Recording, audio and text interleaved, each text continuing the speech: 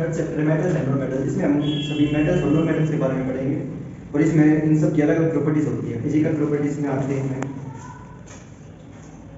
इनकी physical properties भी होती है अलग, और केमिकल प्रॉपर्टीज भी।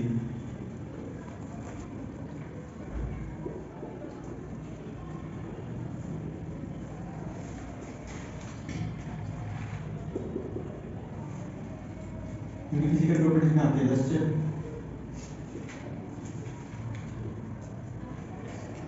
Ductility,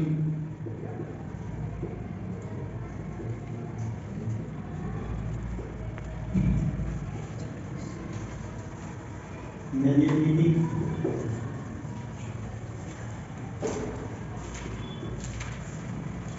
hardness, brittleness.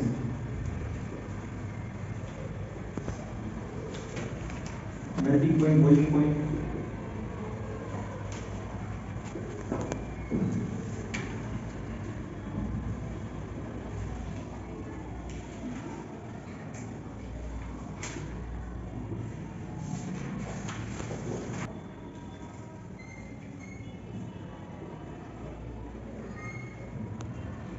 Types of ions. तो इन सब की मेटल्स और नॉन मेटल में अलग अलग प्रॉपर्टीज होती हैं इन सब की।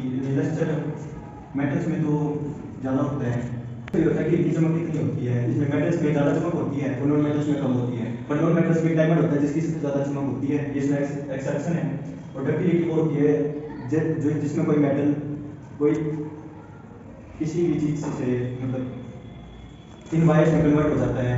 इनमें से मेटल्स ज़्यादा मेटल्स होते हैं जो थिन वायर्स में वो बदल जाते हैं, और मेलिएबिलिटी होती है जिसमें मेटल्स या फिर नॉन मेटल्स थिन शीट्स में कन्वर्ट हो जाते हैं, जिसमें गोल्ड और सिल्वर आते हैं। और हार्डनेस, मेटल्स ज़्यादा हार्ड होते हैं, नॉन मेटल्स में कम हार्डनेस होती है। और नॉन मेटल्स में डायमंड होता है जो सबसे हार्डेस्ट सब्सटेंस है।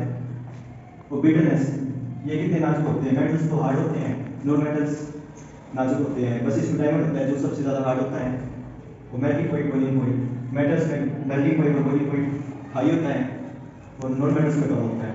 और टाइप्स ऑफ आयंस, मेटल्स में पॉजिटिव चार्ज आयंस होते हैं, नॉन मेटल्स में नेगेटिव चार्ज आयंस होते हैं। और इनके बाद आते हैं इनकी केमिकल प्रॉपर्टीज। फर्स्ट उनका रिएक्शन होती है ऑक्सीजन के साथ। जैसे मेटल हो गया जिंक, उसकी ऑक्सीजन के साथ रिएक्शन होती है, मूव करेगा, उसका ऑक्साइड बन जाएगा मेटल्स का। तो जिसमें और जिनका जो ऑक्साइड बनेगा वो बेसिक ऑक्साइड बनेगा। पर जो नॉन मेटल में होते हैं वो जब ऑक्सीजन के साथ रिएक्ट करते हैं तो एसिडिक और न्यूट्रल ऑक्साइड बनाते हैं। और सेकंड होते हैं इनका वाटर के साथ रिएक्शन।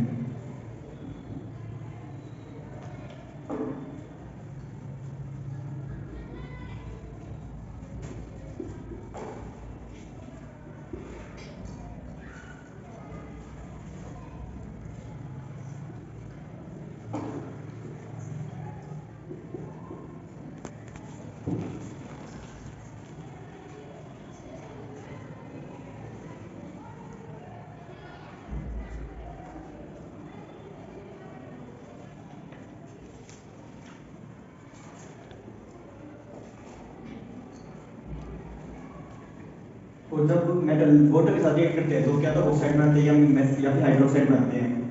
जो हाई रिएक्टिव मेटल होते हैं वो तो हाइड्रोक्साइड बनाते हैं, और जो लेस रिएक्टिव मेटल होते हैं वो सिर्फ उसका ऑक्साइड बनाते हैं। और फिर थर्ड रिएक्ट करते हैं एसिड के साथ।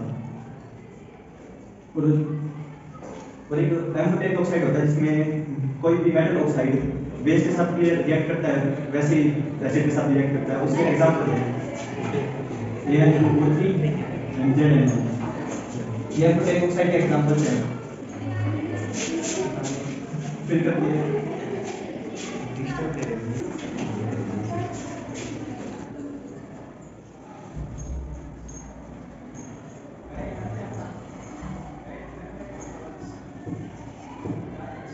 जब मेटल्स एसिड के साथ रिएक्ट करते हैं तो सॉल्ट बनाते हैं और उसके साथ हाइड्रोजन गैस रिलीज होती है।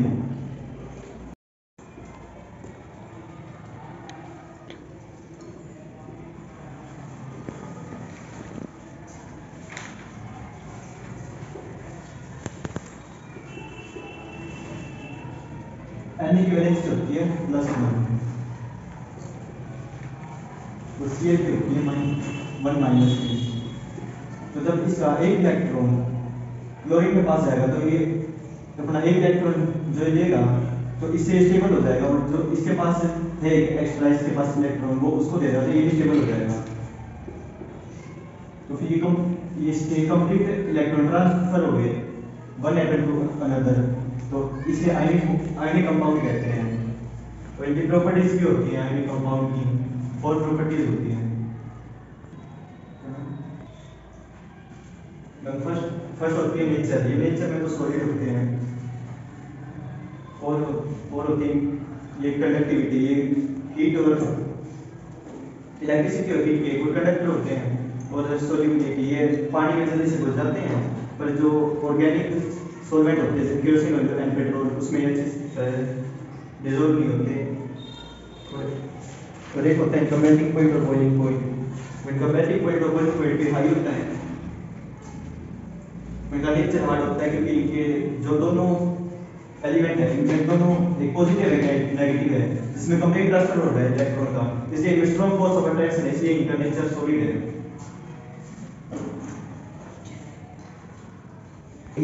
मेटल को किसी भी कंपोनेंट या फिसल पॉइंट में से कैसे एक्सट्रैक्ट किया जाता है?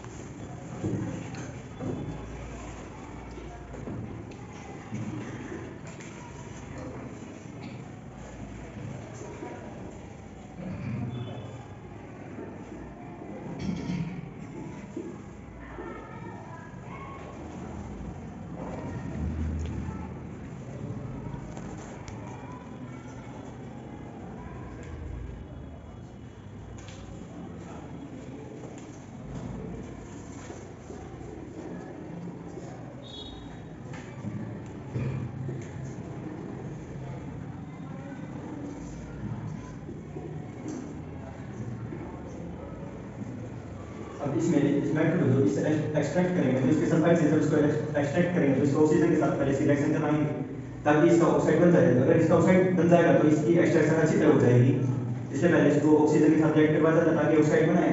उसके बाद फिर इसको